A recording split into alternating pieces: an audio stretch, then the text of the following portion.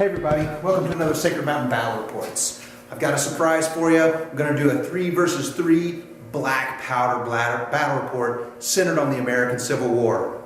Welcome back to the ice box. It's February and frigid in here, and it will prove that my friends really like me if they come. I have fully painted armies, both sides, the Union and the Confederates. 3 people versus 3 people. 3 brigades versus 3 brigades. One of those 3 is going to be the commander-in-chief on each side, and the battlefield is labeled so we can refer to it in video and in the voice overlay that I hope to do later. I'll give you a quick preview of how I've suggested for the major generals who are going to show up a little early to organize their army. All right, I've made some suggestions to the commanders-in-chief of how to organize their armies. The 1st Brigade of the Americans, these are going to be organized identically. 1 standard unit of cavalry, 1 small unit of cavalry, 1 unit of Zouaves, and 1 unit of regular standard infantry. For the 2nd Brigade, 2 units of guns, 2 units of standard infantry. For the 3rd Brigade, 2 units of gun, 2 units of standard infantry. Similarly, the Confederates, their 1st Brigade, 1 standard unit of cavalry, 1 small unit of cavalry, 1 standard infantry, 1 unit of Zouaves. The 2nd Brigade, 2 guns, 2 standard size infantry units, 2 guns, 2 standard size infantry units. I should note that the Zouaves and the cavalry will have the Marauder special rule that allows them to ignore command distances. All right, here's our play surface. It takes a little bit of imagination. The trees demarcate wilderness areas in which only units in skirmish formation are allowed to enter. That means no cannons in the wilderness. So they can only come in on the east-west Corinth, Mississippi to Memphis, Tennessee road. We have the Dignity Creek that runs along the battlefield with Jack's Ford, this wide area right here. Jack's Ford allows any unit in skirmish formation, limbered or unlimbered guns to cross. Any other areas of Dignity Creek outside of Jack's Ford requires the unit to be in skirmish formation and takes 2 moves to enter and exit, and it is impassable to cannon. These rocks form a bluff line that is the only impassable terrain on the map, and the old Shipman Homestead right there. There aren't going to be any objectives in this game because this is really our first game of black powder for our group, and only my 2nd game, so there's going to be a lot of rules mistakes, and I'd love for everybody to point them out because I'm really hoping that this game takes off in our group and that people enjoy playing it, even if they don't buy the miniatures. I have so damn many that hopefully we'll get some enjoyment out of them. Finally, we have Tower Ruins over here. What I'm probably going to do is have the Yankees set up on this side of the board and the Rebs set up on this side of the board, and then have at the creek crossing will be a pretty significant, hopefully significant strategic area. I guess that's about it. Oh, I'm going to have the 1 brigade start on the board, and then other brigades be able to enter from one of location I've yet to decide, or 1 or 2 locations for each unit that I've yet to decide. But the order of entrance will be decided by the commander-in-chief. Okay, that's about it. Next up, I'll see the major generals here for about 30 minutes early, and then we'll have coffee or beer, depending on their preference, and get warmed up, and we'll stumble through this game. Enjoy this Sacred Mountain Battle Report. I've been working on it, this Army, for a long time, and I'm glad you're tuning in. Hey everybody, thanks for tuning in again to Sacred Mountain Battle Reports. What you're seeing is deployment shot on my GoPro from above in the garage, the Union coming in, and what I've got to say is this was really a problem when I put together the terrain. That large bluff line that is impassable really steered all my players towards that Jack's Ford area, because that's where the battle was and where they could really come to grips to each other. My original name for the battle was going to be the Battle of the Shipman Homestead, but really I had to change it because it turned into this brutal melee over on the south side of that Jack's Ford, where you see all the action coming on the kind of the center of the screen on the south side. Now, the cannons of the Confederacy never really came into play because they kept failing orders and couldn't ever get across the bridge that you see on the northeast side. Ultimately, this ended up in a minor victory by the Union, and day 2 of the campaign made the Confederates fighting a defensive battle. And as you'll see, on day 2, the Confederates had a slight advantage where they could deploy troops in secret. Okay, everybody, I hope you enjoyed that last battle report. My camera kind of crapped out and I didn't do a whole lot of filming, but I'll try to keep that. I hope I kept that video brief and slightly engaging. This is going to be day 2 of our Black Powder campaign. What we're going to do today, the Confederates, as I hopefully narrate in the battle report, they lost. The Union gained a minor victory, and the Confederates have now been pushed further back away from Dignity Creek and Jack's Ford, and now they are battling over the town of Dignity. I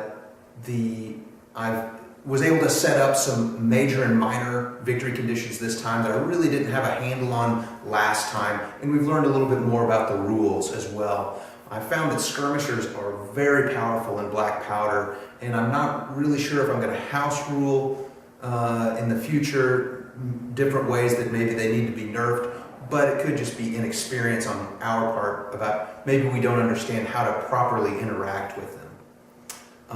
In this scenario, there's not going to be a big river or major impassable terrain.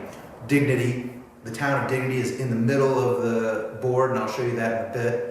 Major victory is, of course, wipe the enemy from the field and break their army. Another major condition for the Union is to exit at least 1 brigade on the road to Corinth, Mississippi. Major victory for the Confederates, which will probably be a little harder, and I designed it that way, is to hold the armory on the western portion of the board, where the Union will be entering for 3 turns. Just 1 unit of Confederates needs to hold that. I doubt that that will be fulfilled. I also doubt that the Union will be able to exit the board, but we'll see.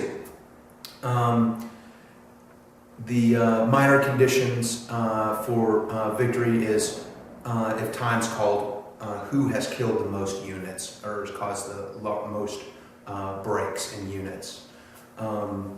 Finally, the Confederates, because they're being pushed back, they will be able to elect to choose one of their brigades, if they so desire, to deploy in either the North or South Wilderness and wait in ambush for the Union troops moving down the Corinth Road. But they have to reveal themselves by turn 2, or if a Union unit gets within 12 inches of whichever wood they are concealed in, they have to deploy immediately at that time. All right, well, I hope you guys enjoyed day 2. I know I enjoyed day 1. I'm going to do some more classic battle report filming this time, but I may also be playing, so I'll do what I can. Thanks for tuning in. Here's the battlefield before everybody gets here. Here's the South Wilderness, the North Wilderness bounded by the trees, the Eastern Wilderness, then the road to Corinth over there in the far eastern corner, the town of Dignity, and the fortified armory that would provide hard cover to its occupants. And this is the road back to the Shipman Homestead Okay, here is the brief thing that I put together for our campaign today, and we'll see how they do. Next, we'll have deployment, and I'll try to do filming as per classic battle report fashion. All right, we have the Union generals here. We have the Major General on the right and the Brigadier on the left. We're only having 2v2 today on Sacred Mountain Battle Reports. And I just wanted to talk a little bit about their strategy before the game starts. So you guys reorganized your brigade today. Tell us a little bit about that. We consolidated the three brigades into two, and then we split them up again, moving one small group of cavalry to try and get across the road. Yeah.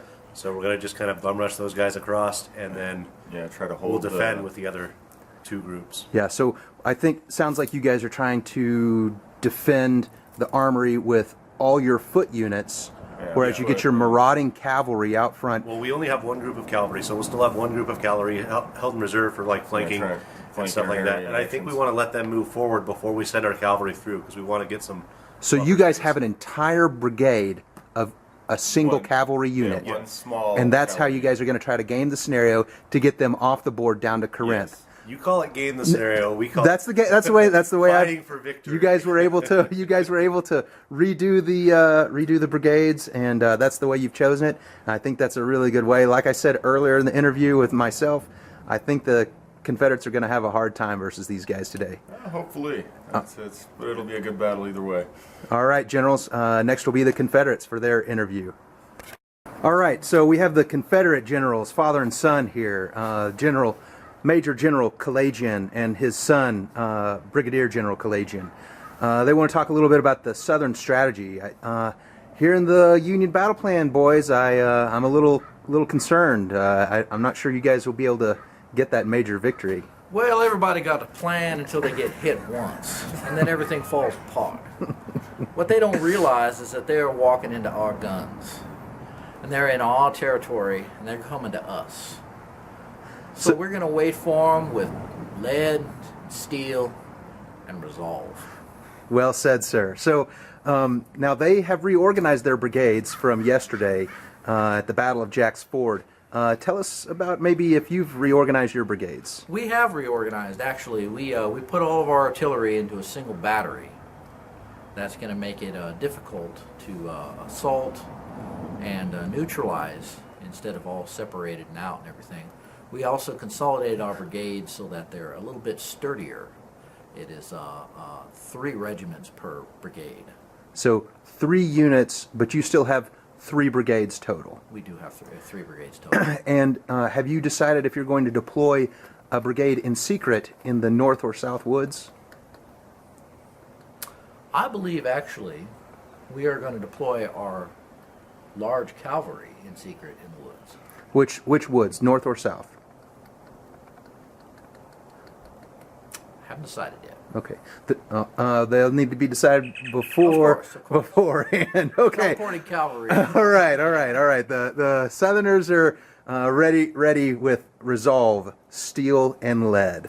Let's get on to deployment. All right, here we go. We've got the deployment of the Union. They've elected to deploy their entire army. They've actually broken it up into, instead of 2 battalions, they have 3 battalions. And we have, looks like, I'm not exactly sure how they're broken up, but I'll just do a quick rundown here. Here I can give you. Okay. So battalion number 1, battalion number 2, and battalion number 3. All right. And then the Southerners, they have 1 brigade deployed in secret in one of the woods of the South Woods or the North Woods, and General Kalajian's going to give us a rundown of the Southern deployment. Well, here you got a brigade over here with 3 regiments. You got a brigade of a battery of artillery in the center, and then you got 2nd Brigade is over here, deployed stacked like this so that they can unstack and make a nice firing line. All right. And just as a reminder to everybody, all the cavalry and the Zouaves on both sides have the Marauder special rule, so they will ignore command distances. All right. The Confederates had to deploy first, and so we are going to see the first move of the Confederates.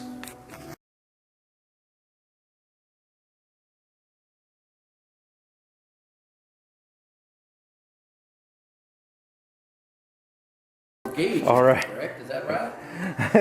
What is just down from our gauge? All right, so Southerners finished their first move.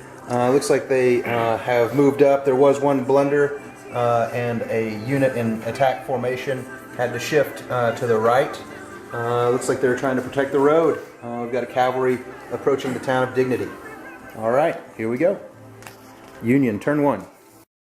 All right, so the Union did not have a super exciting turn. They opted to not move. And then from the Confederate general, he asked, Corinth is that way. all right. A little bit hesitant. All right, so We decided to take our time, enjoy the scenery. here we go with Confederate, turn 2. All right, so the Union is probing a little deeper now. The Confederate cavalry was revealed turn 2. Probably maybe should have made that turn 3. But we are moving up, and this looks a little bit better than yesterday's kind of just fist fight that we had. But this looks more like a Napoleonic battle. So here we go with Confederates turn 3.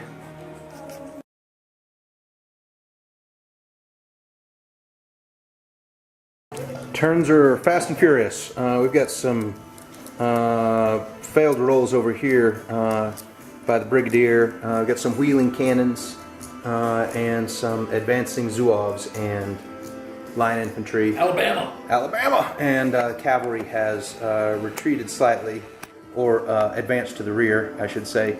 Repositioned to the rear.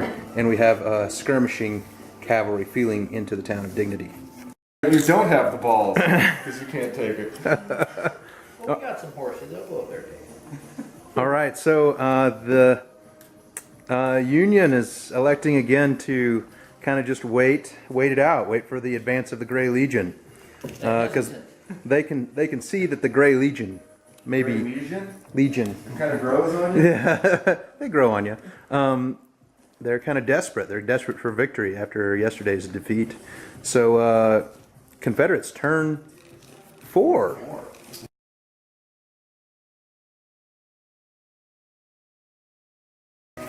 All right, what'd you guys do? Just formed up the lines. Just advanced a little bit. Yeah. Looks like cannons haven't changed. And still on the outskirts of Dignity. This turn 4, no shots fired. It's Union turn 4. You guys want to call it there? We win? All right, so the first shot was fired by the Union. We've got a cannon, boom. Rolled a 6, disordered the skirmishing cavalry and caused a wound. All right, so now Confederates turn 5.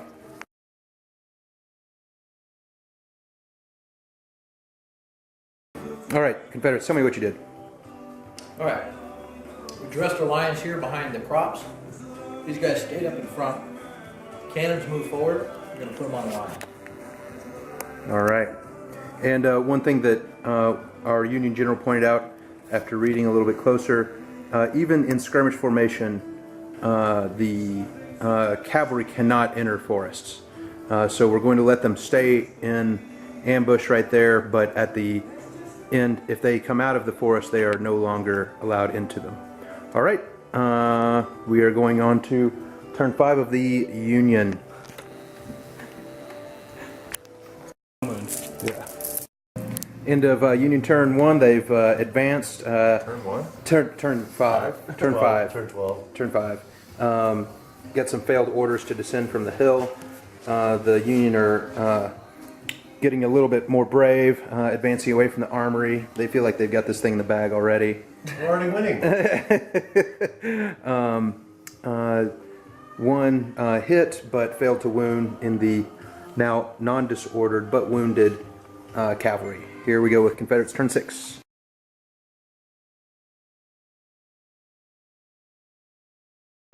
I'm going to run out of camera life just saying they stayed in one place. No. Did not. So the cannons advanced, and we got a disordered token on the skirmishing cavalry.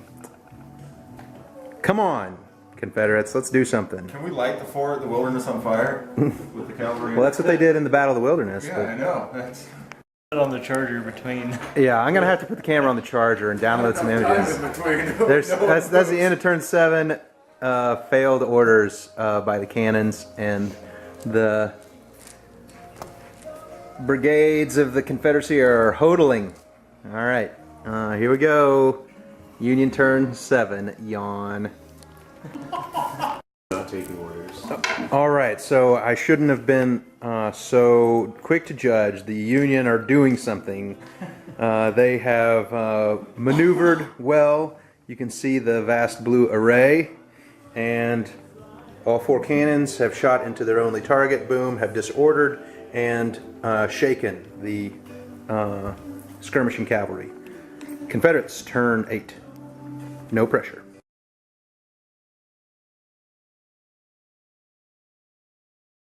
Right, so quick move. So it attempted a brigade order with the cannons to manhandle the guns forward, and they did that first. And so the Confederate general said, if the guns don't move, the army doesn't move. So That's 2 turns in a row. That's 2 turns in a row of. I'm sure he realized his infantry had guns too. All right, so the disorder token will come off because they are just out in the middle of nowhere, but they are still shaken, cannot receive orders as a result. And here we go with Union turn 8, turn 8. All right, no movement from the Union, no surprise to the umpire. Shot into the skirmishing cavalry, which are shaken, not disordered, and Confederates turn 9. All right, so we got a rules question, not sure, but we're going to house rule it today about shaken units. I thought I'd read that shaken units can't get orders along with disordered units. Couldn't find that in the book just now. We're going to let them move, but the order was failed anyway. That was the end of turn 9 for the Confederates. Looks like they had a big move forward. Got a brigade move with the cannon, and we're now moving on to Union turn 9. All right, end of Union turn 9. There was some shuffling, kind of cool looking lines there. Again, the cavalry shot into the artillery shot into the cavalry. They took a wound, passed the break test. They're hodling. Confederacy, turn 10.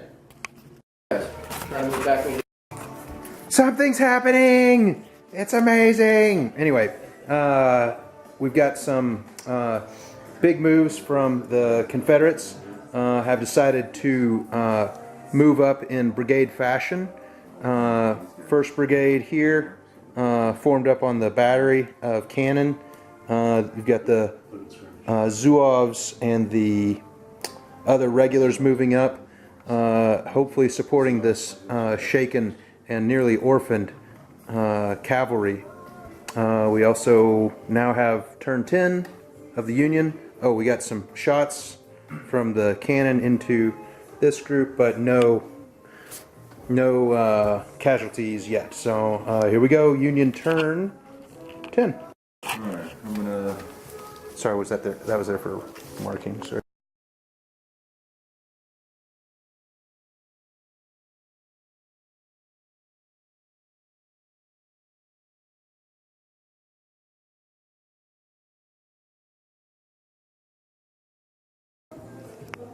Wowzers. All right. So. Freaking Mount Shasta. All right. So. It's USA or Mount Shasta. well, It's just so spotty. We've got the end of turn 10 for the Union. They've advanced, and we're now exchanging counter battery fire from this battery into this battery.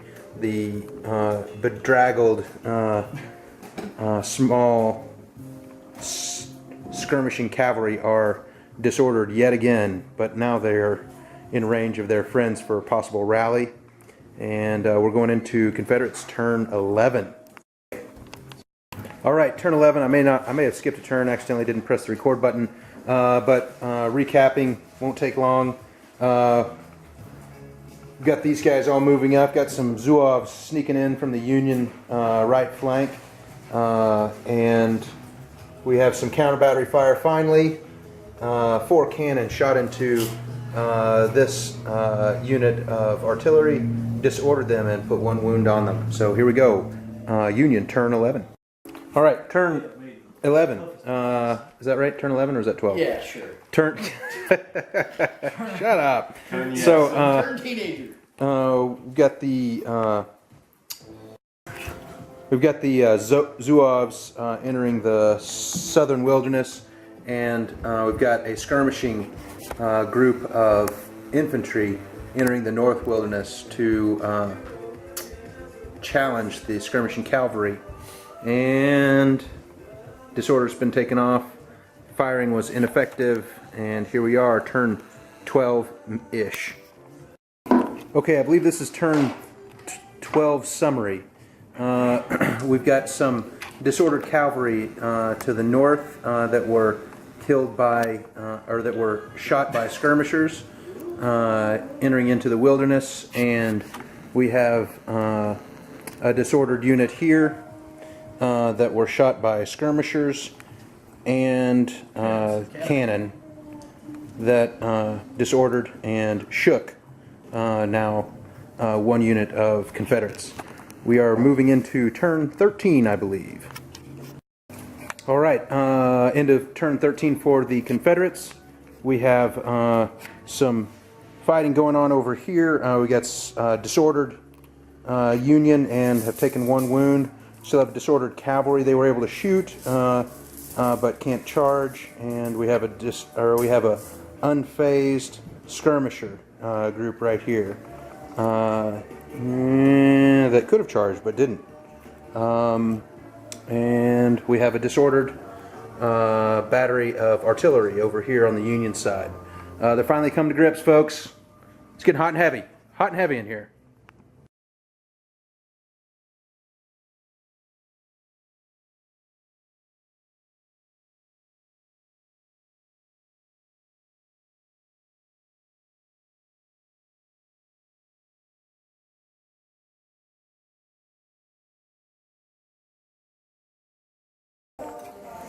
All right, we have our first broken unit at the bottom of turn 14. So we lost the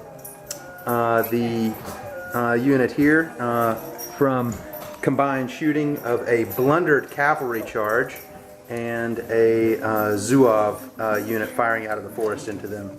You were first, right? Now we are going into turn 15. All right, end of turn 14. Sure. I think maybe 14. I'm going to let the Major General summarize. Well, our cannons weren't effective against, as we hoped, against those cavalry, but we slowed them down. Even firing into the side, we didn't do anything. Oh yeah, we've got some infiltrating fire from the skirmishing unit into the side of the... We wounded a couple. Yeah, we got some wounds on. And, oh yeah, we got the break already covered. All right, now we're going into turn 14 of the Union. All right, so end of Union, turn 15 or something. The Union lost combat here, as you can see, by 2 pips, and they had to take a break test, which they passed. They were able to hold their ground. Had some rules questions that maybe I'll look up later, and that's it. Now Confederates, turn 15-ish. Here we go. Oh, and guess what? I get to play. Umpire's on for the Union. Well, apparently the umpire is bad luck for the Union because my Union troops that were here broke and ran as a result of combat. These guys have 2 wounds, 1 wound. We have a tied combat over there. Is that what happened over there? We tied here. Draw combat. Nobody's shaken over there, not stirred.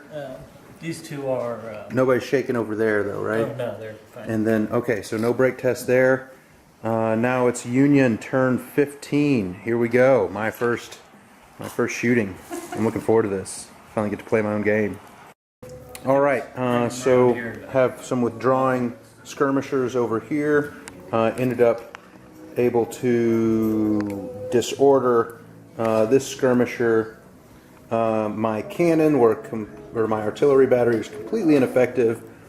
These guys only got one. They formed into a skirmish. They were going to advance, but decided it's a little too hot up front, and we lost some disordered tokens, and then a huge charge by my Major General into the Confederate lines, but a dismal performance. Were completely decimated by the Confederate. Give me an adjective. Bastards. Bastards. Okay, or noun. Okay, so we'll pick it up at turn 15. Well, that's really all that she wrote, folks.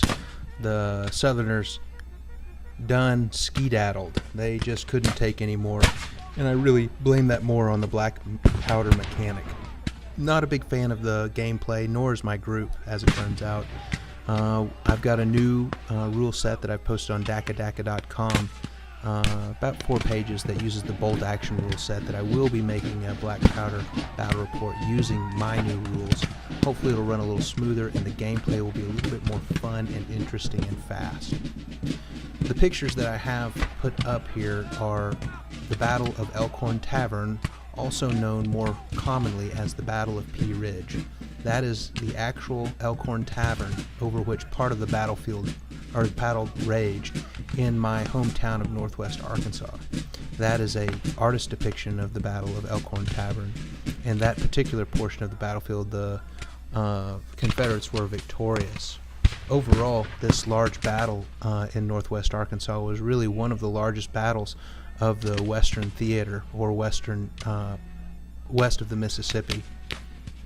Huge cannonades got together with mainly Missourians, with Earl Van Dorn's army and General Price. Here's the kind of the order of battle, I think, on day 1.